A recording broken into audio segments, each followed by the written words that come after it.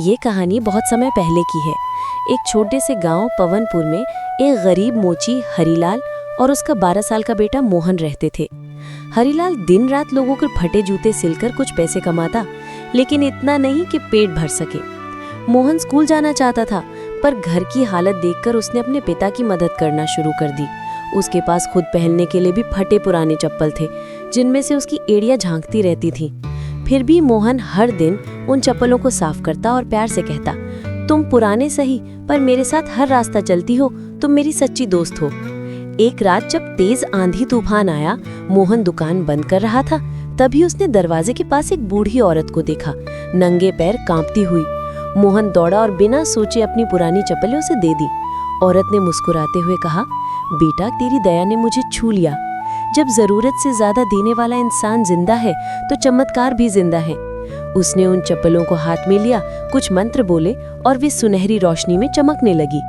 ये अब साधारण नहीं रही, वो बोली, जो इन्हें सच्चे मन से पहनेगा उसे रास्ता खुद दिखेगा। ये कहकर वो हवा में घुल गई, बस चमकती धूल रह गई। अगली सुबह जब मोहन ने वे चप्पलें पहनी, तो जैसे ही उसने कदम बढ़ाया, वो 3 फीट हवा में उछल गया। अरे, मैं उड़ रहा हूँ, वो चिल्लाया।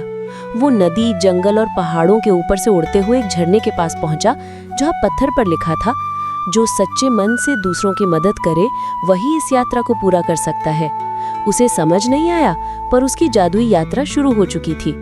उड़ते हुए मोहन राजनगर नाम के शहर पहुंचा, जहां उसने देखा कि एक अमीर व्यापारी गरीबों को धोखा देकर पैसे लूट रहा है।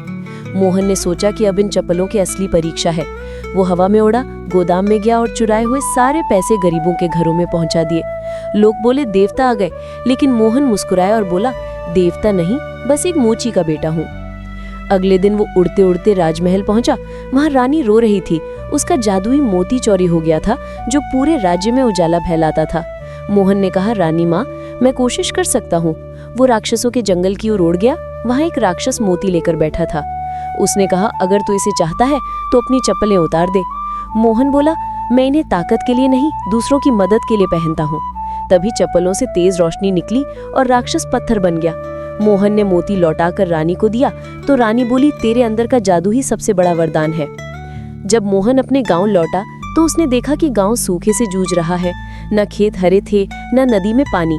मोहन ने आसमान की ओर देखा और कहा, हे जादुई चप्पल, अब तक तुमने मेरी मदद की है, अब गांव की करो। वो उड़कर बादलों के पार पहुंचा, जहां जल देवता नाराज बैठे थे। मोहन ने कहा, अगर आप चाहें तो मैं सबको सिखाऊंगा कि जल की कीमत क्या है, बस एक बार बारिश करा दीजिए।